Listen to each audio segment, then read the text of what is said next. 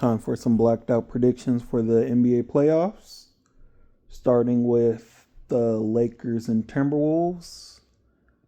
I believe people are drastically underestimating the ability that the Timberwolves have to make it difficult for the Lakers, primarily defensively, with the Timberwolves being able to play a number of players on Luka Doncic, whether it be Jaden McDaniels, Jalen Clark, Nickeil Alexander-Walker, or Ant. Also, for LeBron, I'm expecting a lot of Julius Randle on the majority of the series. Also, Jaden McDaniels will probably be tasked with guarding him quite a bit also. But the thing is, will the Lakers be able to run Gobert out of the paint with pick and roll switches? Luka Doncic trying to switch on to Gobert and take advantage of him on the perimeter. I do believe also that people are underestimating the lack of length the Lakers have down low. When Jackson Hayes isn't on the court, we all know that Rudy Gobert isn't great offensively, but if you've watched over the past 3 weeks, they've been making an effort to get him the ball consistently when he has height mismatches, and it seems like they've been preparing for this Lakers matchup, utilizing Gobert in advantageous situations on the offensive side. And if they can do that successfully throughout the majority of the series, I honestly do believe that they can and will pull off the upset.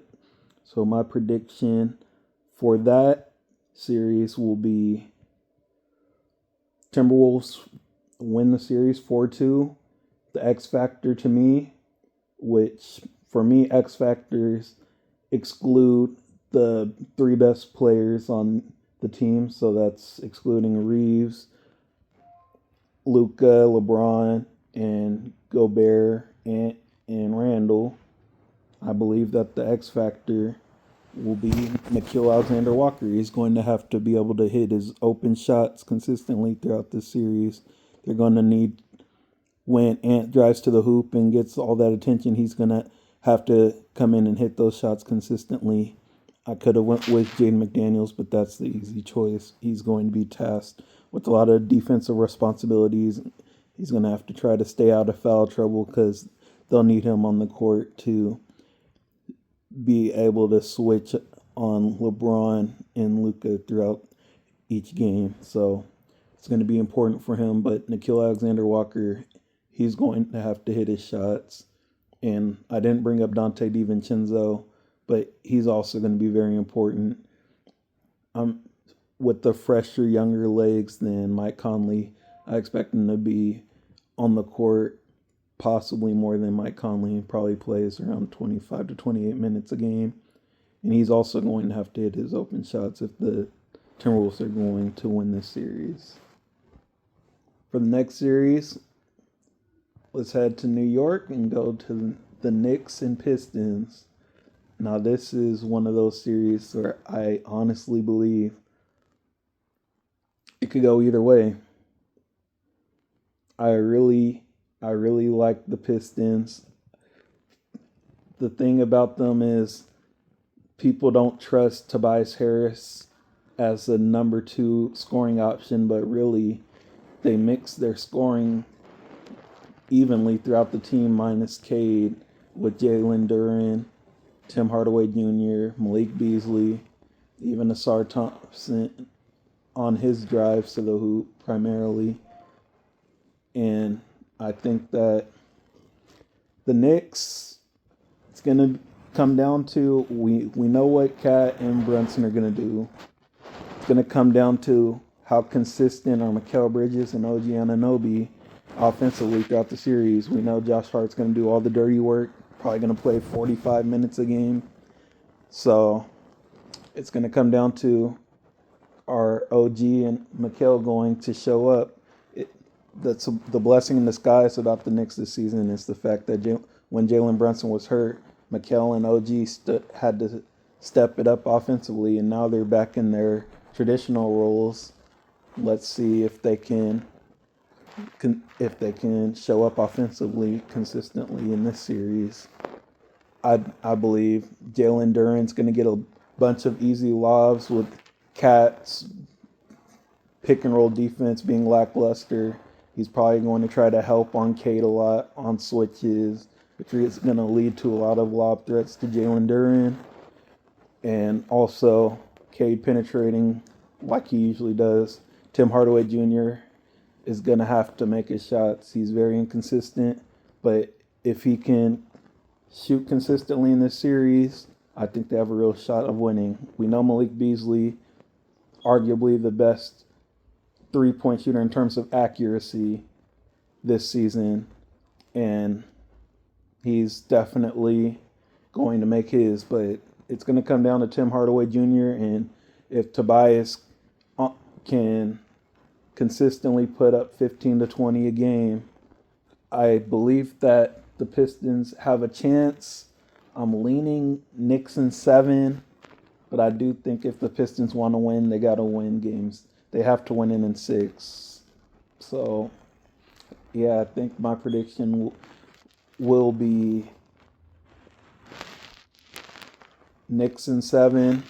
My X factor for this series is going to be Tim Hardaway Jr. If he doesn't make his shots consistently, it's gonna be tough. We know that Jalen Brunson, they're gonna try to hide Jalen Brunson, and most likely they're going to put him on Asar most of the series. Mikal is gonna most likely be on Brunson, and then it's gonna come down to OG's most likely. He might just be on Asar, honestly, or Toby. Nah, he's gonna be on Toby, and then it's gonna be Brunson trying to hide on most likely on Asar Thompson and Tim Hardaway Jr. So it's gonna come up to Tim Hardaway Jr. Make your shots, and you guys have a great chance to win that series. Next series, go to the Heat and Cavs. Realistically, the Cavs probably will sweep this series, but I'll take them in 5 just because I feel like there can be a game where Tyler Hero goes off. I mean, it's not like outside of Isaac Okoro, it's not like there's any really great perimeter defenders on the Cavs. So I do believe Tyler Hero will have a lot of great games, and he'll probably have one game that's just enough to eke out a win against the Cavs. But ultimately, man, Evan Mobley and Jared Allen down low, it's going to be tough to drive to the paint. So, yeah, Tyler Hero's going to have to, he's probably going to get a lot of pull-up, contested, hard mid-range jump shots he's going to have to hit. And a lot of it's going to, and Bam's going to have to do a whole bunch of dirty work on the boards, and he's going to struggle a lot defensively. He's going to have a lot of work to do with Donovan Mitchell and Evan Mobley on pick and roll switches with Darius Garland and Evan Mobley when Donovan Mitchell's off the court. There's just a bunch of headaches that the Heat have to deal with, and I don't think they have the personnel really to get the job done at all. However, if they do want to stand a chance, I guess their X factor is going to be Hayward Highsmith. He played 40 minutes in the overtime win in the play-in against the Hawks, and he had to do a whole bunch of dirty work to get the job done. Him and Davion Mitchell, they're going to have to play the defensive series of their lives. Davion against his brother Donovan, but he's most likely going to be on Darius Garland due to the height, and Haywood Highsmith's probably going to be on Donovan Mitchell majority of the series. So it's going to be up to him. Let's see if he can do what it takes to at least somewhat contain Donovan Mitchell throughout the series and try to make DeAndre Hunter and Evan Mobley and Darius Garland beat you. But it's a tough task. I got Cavs in 5. Next series, let's go to the one that's the most difficult for me to predict, the Clippers and Nuggets. Man, what a series. James Harden, Kawhi Leonard versus Jokic and Murray. The thing that makes this one difficult, this is the first time in a while where we're going to see a healthy Kawhi in the playoffs. It's going to be a goodie, and I'm really struggling to figure out what's the X factor that's going to give one of these teams the nod in the series. Jamal Murray coming back from his hamstring injury, 2 games back from his hamstring injury. He's gotten some time off due to the play-ins, so he should be more healthy than he was at the end of the regular season. I believe that Chris Dunn, he might be the X factor this series. He's going to have to play some great defense on Jamal Murray throughout the series, try to stay out of foul trouble, and he can make some impactful plays. He gets a lot of steals that lead into transition buckets, and he makes it tough on a lot of guards. He's been one of the shining pieces of the Clippers throughout the season, starting at the 2, taking pressure off of James Harden on the perimeter, making life easier on the rest of the team defensively, making life easier on Zubac because there's not as many penetrations straight to the paint. But the problem that I see is, man, there's going to be a lot of attacking James Harden. They're going to try to find ways to get James Harden moving offensively. Who is he going to hide on? I mean, they can't put him on Kawhi. I mean, James Harden, they can't put him on. They're probably going to put him on Aaron Gordon. They can't put him on Michael Porter Jr. They can't put him on Jamal. Christian Brown's way too active off the ball. I don't see James Harden running around chasing him on backdoor cuts and dives and dribble handoffs with Jokic. It's going to be a tough series for James Harden defensively.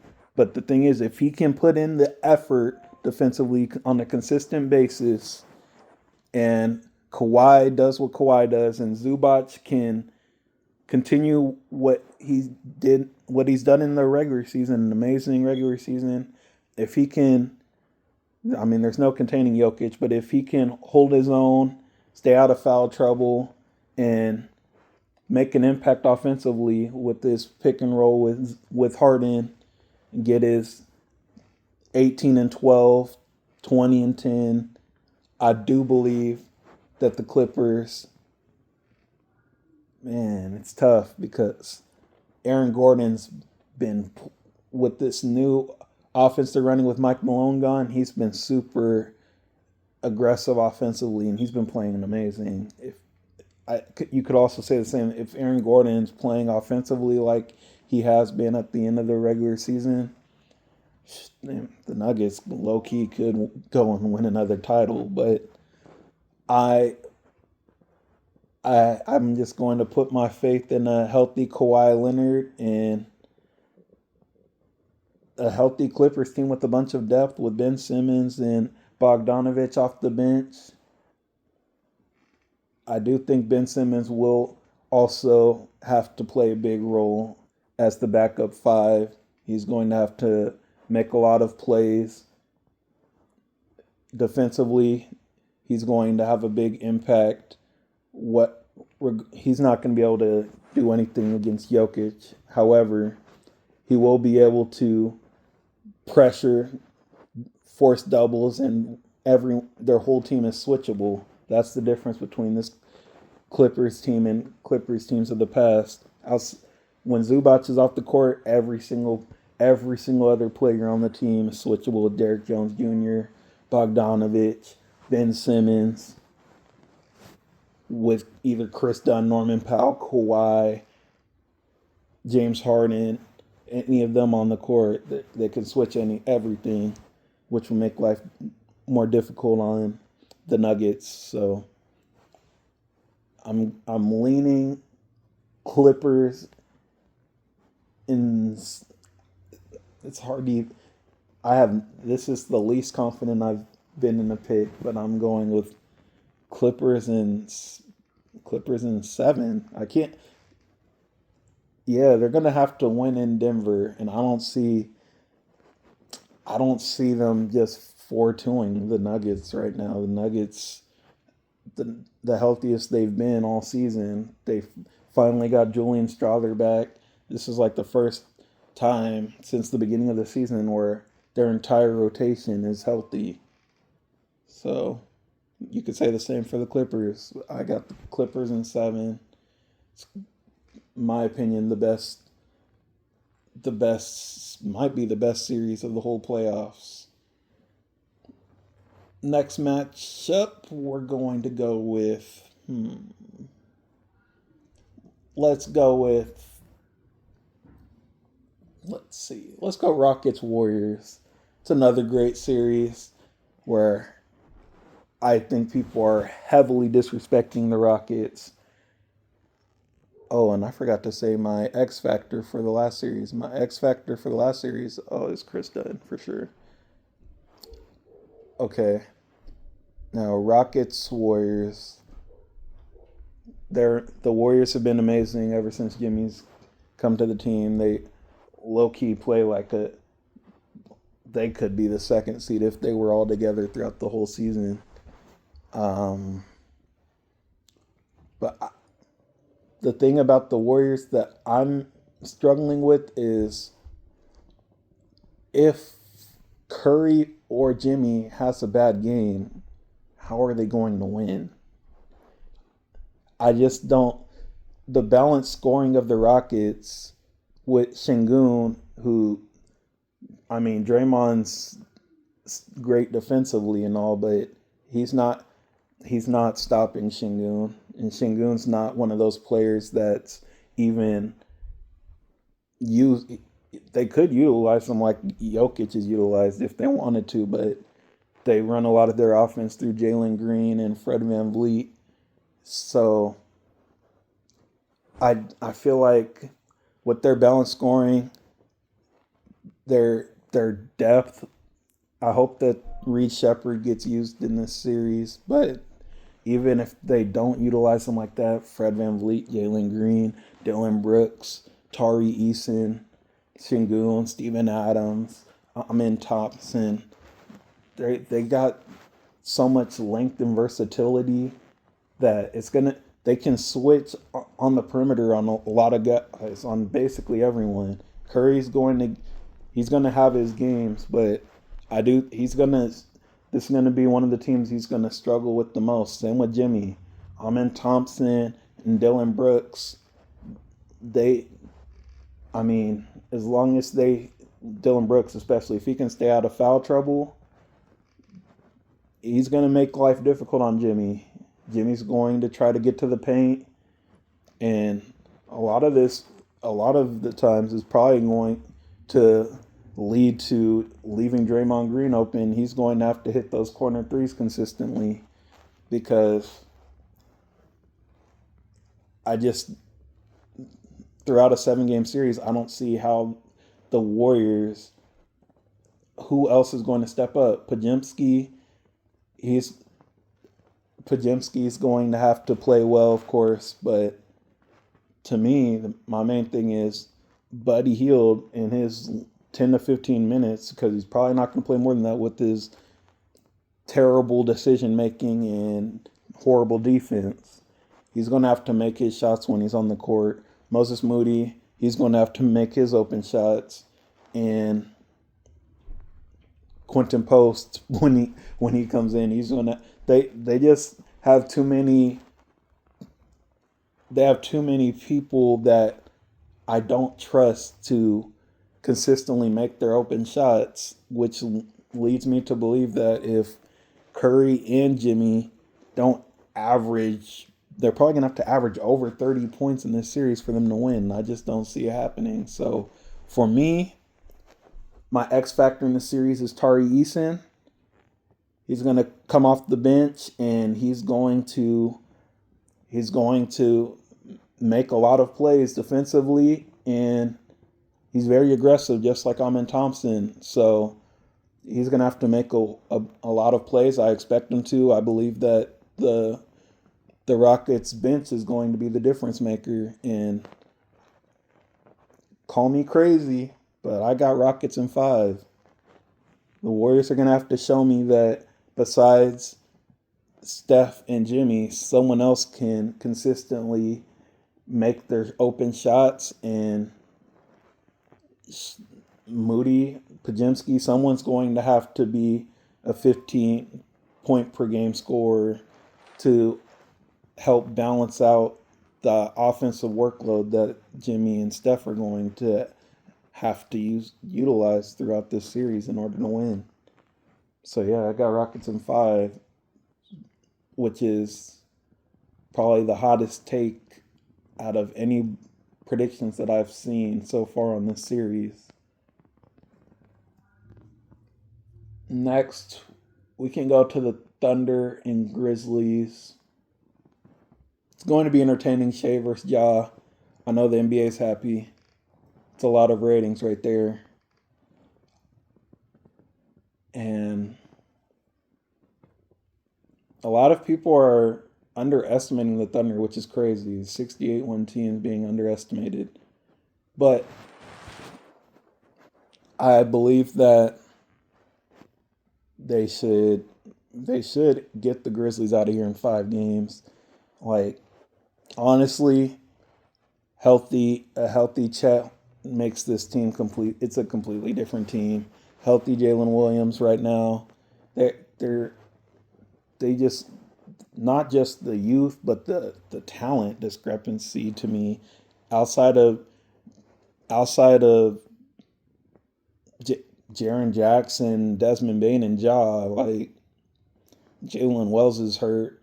They're relying on Scottie Pippen Jr. to play 30 plus minutes. Zach Edey's playing 30 plus minutes with Brandon Clark out. Like, I mean, what are the Grizzlies going to do when Isaiah Hartenstein's off the court and Chet's playing the 5 with Jalen Williams and Shea and Lou Dort and Aaron Wiggins or Isaiah Joe on the court? Like, there's too much floor spacing. Like, Zach Edey's, how's he going to be able to guard anyone on the perimeter? I just don't really see Zach Edey. He's going to have the series of a lifetime, and more than that, for them to even win 2 games. Ja is going to be Ja. They're going to most likely put Lou Dort on him. Desmond Bane's going to have to play amazing, and I expect him to have some very good games. Jaren Jackson Jr. is going to have to just please stay out of foul trouble, because the Grizzlies, if he's not, every game he's in foul trouble, they are not winning. He's just too valuable to that team. They don't have the depth, so when he's off the court, their defense just crumbles. So Jaren's going to have to be disciplined defensively, and he's going to have a lot of work to do in switching onto all these different guys, and primarily probably guarding Jalen Williams the majority of the series. Well, or Chet, shoot.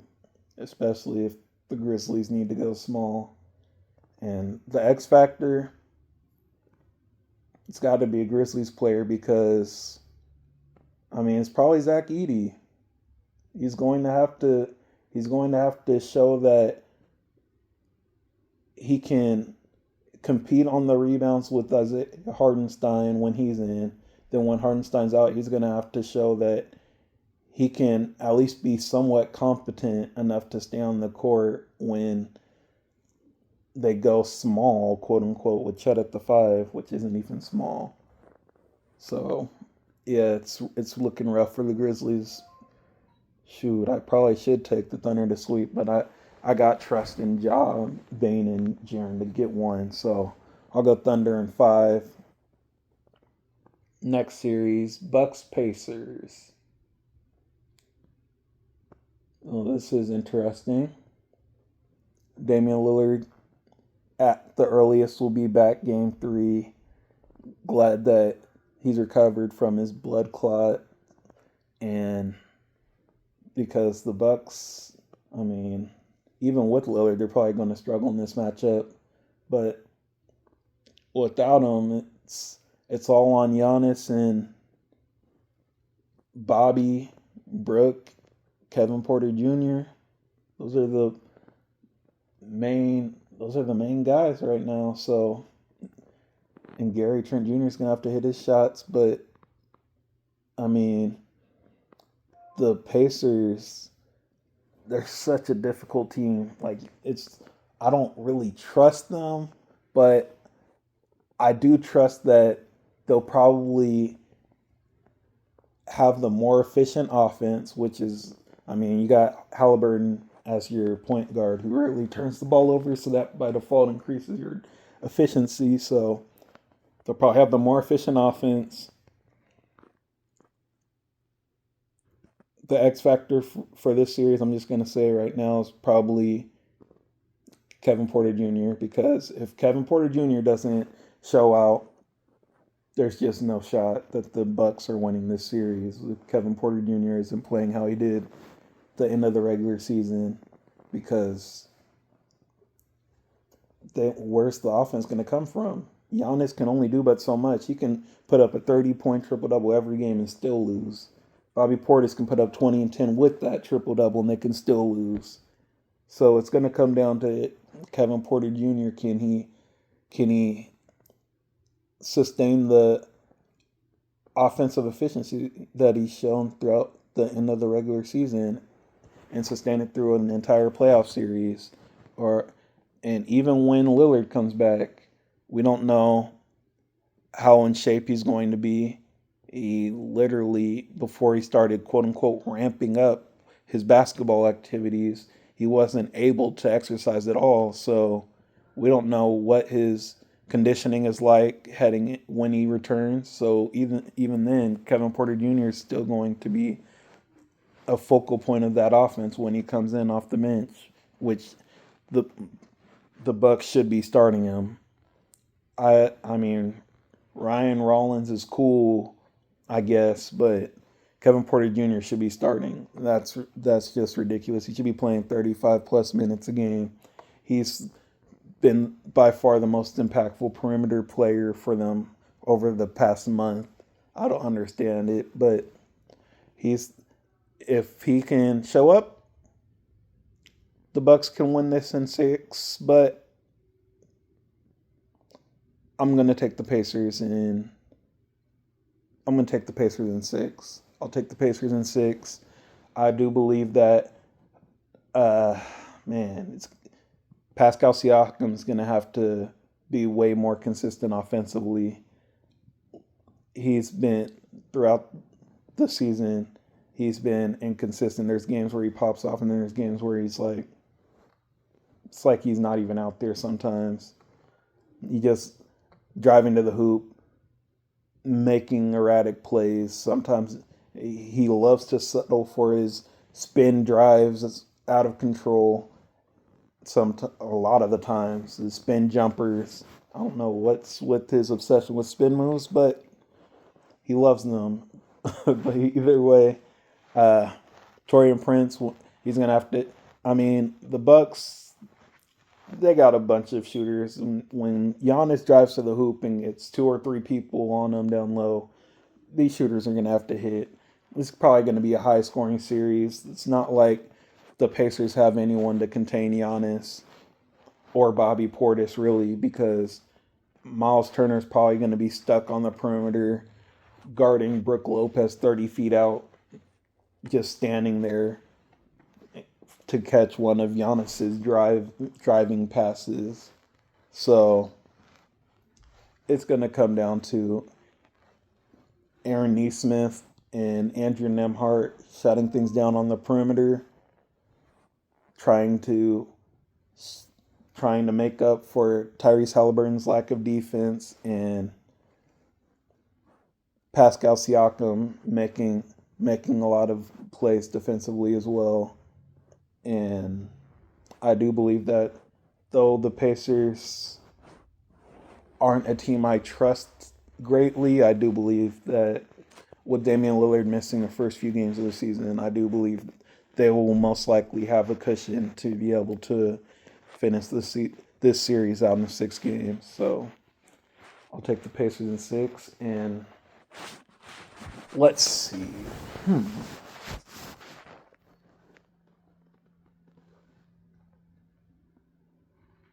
So I've gone through the entire West. Thunder, Lakers, Nuggets, Rockets. East, I've gone through Cavs, Bucks,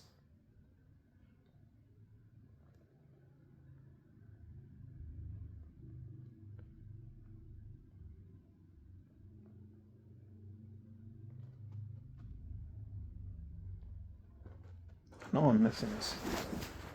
Let's see.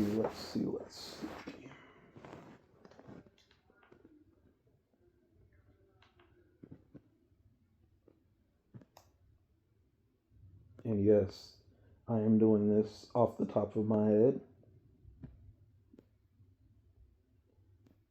So let's look at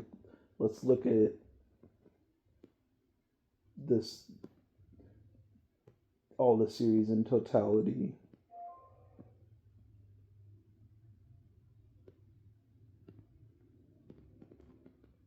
Nice.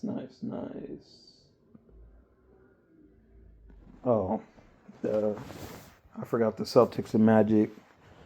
Another series where, I mean, really, the Celtics should sweep them, but I have faith in Paolo to pull out one game. I like the Magic's defensive versatility. They're going to make it physical and rough. It might actually even go to 6 with Jaylen Brown's knee not being near 100%. And we know the Magic what they're gonna have to live and die by the Celtics shooting threes. They got length to contest them, and their whole series is gonna rely on, if the Celtics shoot poorly, they can win. If the Celtics shoot great, they're getting blown out. So they just got to rely on their length to contest those jumpers and hope that they're not falling. That's really all that they can hope for, really, because in terms of talent, the discrepancy is way too wide in favor of the Celtics. The Magic, I do believe that their X factor for this series, to even give him a little chance, would be Cole Anthony. He's going to have the Magic have way too many offensive slumps. If Franz and Paolo are struggling, the only other offensive impact players that they even have, Wendell, who's probably going to struggle against Porzingis, and then they got Cole Anthony and Anthony Black. They need to start Cole Anthony and bring Corey Joe off the bench. Low key, probably shouldn't even be playing a second of this series. Should just be Cole Anthony and Anthony Black playing all of the point guard minutes, as they're more offensive threats, and Anthony Black is drastically better defensively than Cole Anthony. or Corey Joseph at this point of his career. So there's really no point in Corey Joseph playing at all. He brings nothing at all to this team at this point. They're just starting him based off of basically just because he's a veteran. That's the only reason he's even probably even on the roster. So yeah, I would start Cole Anthony. You're gonna need a lot of points. It's gonna be very tough. Drew Holiday and Derek White aren't gonna make anything easy for him. So, but they're gonna need him to make plays offensively if they want any chance to keep up. Because this could easily just be a series of Celtics blowout wins, even in Orlando. They just have so much firepower, whether it be Derek White, obviously Tatum and Brown, Porzingis. Shoot, Horford can hit his open jumpers. Then we got Sam Hauser and Peyton Pritchard hitting threes off the bench. They got so much offensive firepower. It's like, man, you just got to pray that they're missing and use your length with Franz, Paolo, Jonathan Isaac, Tristan da Silva if he's going to be in the game, Caleb Houston if he's going to be in the game, and just contest and hope that they're missing. So, with that being said, I got Celtics in 5, and that concludes my predictions for the first round of the playoffs. I believe this might be the most intriguing first round of playoffs that we've seen in who knows how long, because there are so many matchups that can go either way. And it's like in the Western Conference, it's like the seeding doesn't even matter. Every single team that's in the playoffs right now for the West could easily be top 4 seed. The Grizzlies, the only reason they're this low is because of injuries. I mean, the Nuggets, injuries, Clippers, injuries. Majority of these teams, Lakers didn't even have this roster, and they were injured as well for majority of the season. There's just and they're the 3rd seed, so it's like, man, how do you even predict some of these games? Like, it's really just a toss-up for a lot of these series in the West. The East is a lot more, on paper, easy to predict. But I will say, before I end this video, the Warriors better play Jonathan Kuminga in this series. If Jonathan Kuminga isn't playing at least 20 minutes in every single game of this series, that's just malpractice by Steve Kerr. In my opinion, they deserve to lose that series if they're not utilizing their best players and adequately incorporating them into the rotation to make impacts on this series, because the Warriors will need that slashing in energy against a young Rockets team that's also going to be slashing and using a whole bunch of energy. And he's the real X factor if they choose to play him, which Lord knows if he'll even touch the court. So yeah, thank you for watching. Peace out.